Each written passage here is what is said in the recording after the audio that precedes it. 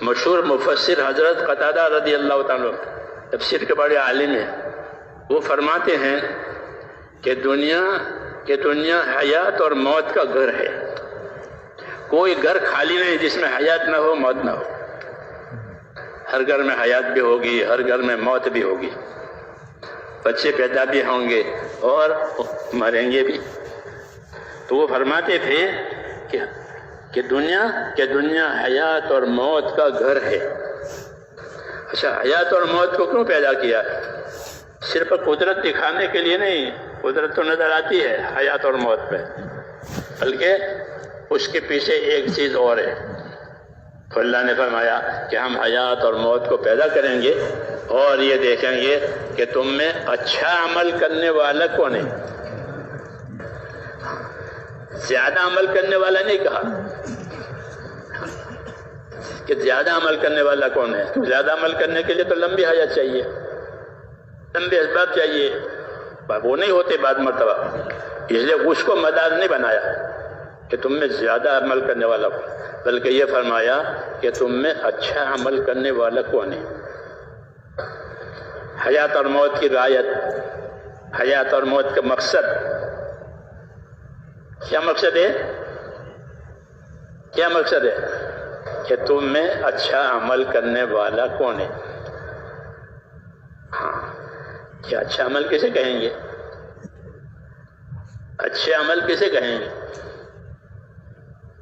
علماء نے فرمایا کہ اچھا عمل یہ ہے کہ اللہ کی اطاعت پر پابندی کرے، تمام اللہ کی اطاعت پر پابندی کرے اور اللہ کے حرام سے اپنے آپ کو بچاوے۔ دو باتیں، اللہ کی اطاعت پر کہ پابندی کرے اور کیا کرے کہ اپنے آپ کو حرام سے بچائے۔ وہ احسن عمل کی تفسیر ہو گئی۔ جی ہاں، یہ بہترین عمل کرنے والا کہ اللہ کے اطاعت پر پابند ہو جائے اور جو چیز اللہ نے منع کی ہے اسے اپنے آپ کو بچائے۔ اللہ نے شرک اور کفر سے منع کیا ہے کہ شرک کہ حرام ہے، کفر کہ حرام ہے،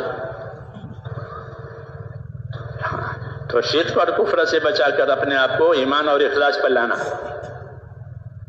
یہ ذمہ داری ہوئی کہ اپنے آپ کو ایمان اور اخلاص پر لاؤ،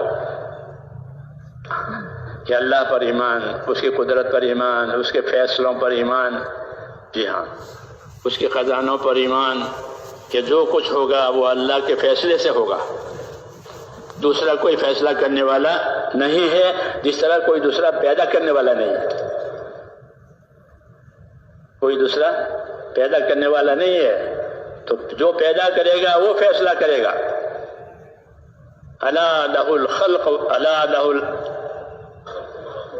الخلق والامر، کہ یاد رکھو پیدا کرنا یہ بھی اللہ کا کام ہے، اور پیدا کرنے کے بعد اپنی پیدا کی ہوئی مخلوق پر فیصلہ کرنا، حیات کا، موت کا، خوشی کا، غمی کا، یہ جتنے حالات آتے ہیں اللہ کے فیصلے سے آتے ہیں۔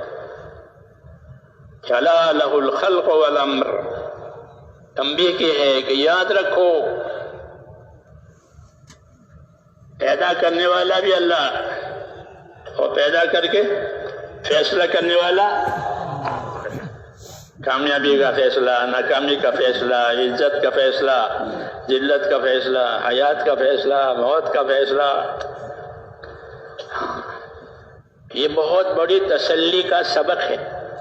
وہی ہمارے ساتھ جو کچھ ہوگا وہ اللہ کے فیصلے سے ہوگا،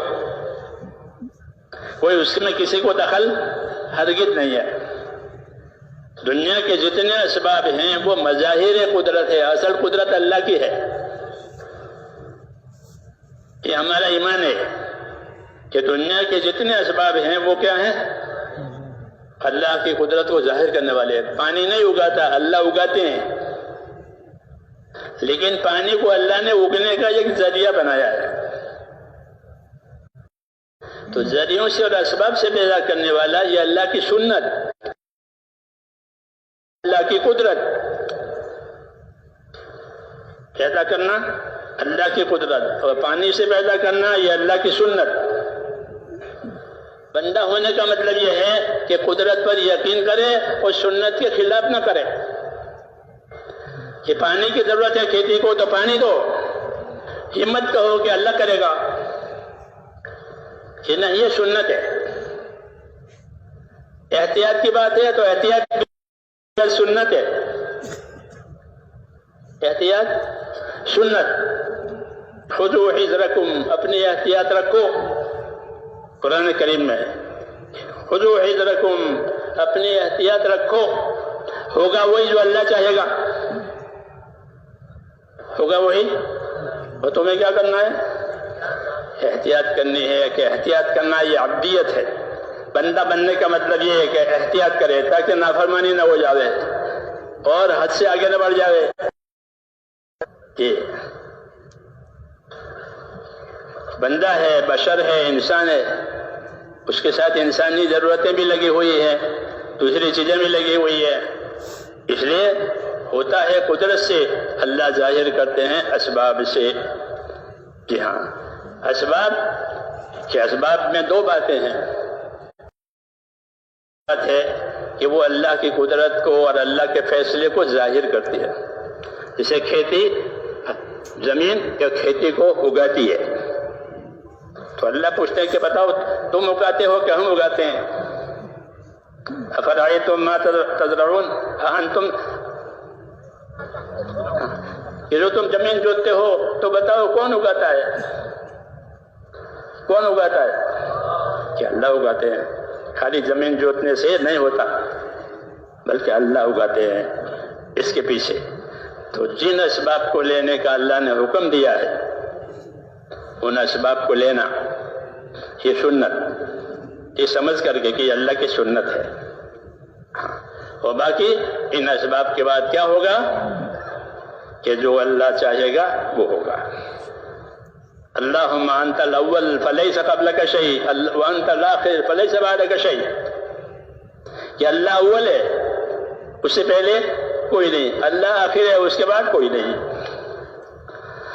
تو اول اور آخر صرف اللہ تعالیٰ کے ہاتھ میں ہے اور کسی کے ہاتھ میں نہیں ہے۔ مبدا ہو معاد ہو یہ سب اللہ تعالیٰ کے ہاتھ میں ہے، یہ ہم کو ایمان سکھایا ہے۔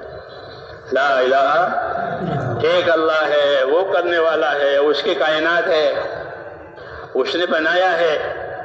ہاں، اس لیے کائنات میں بسنے والے انسان کی ذمہ داری سب سے بڑی یہ ہے کہ وہ اپنے پروردگار کو ناراض نہ کرے۔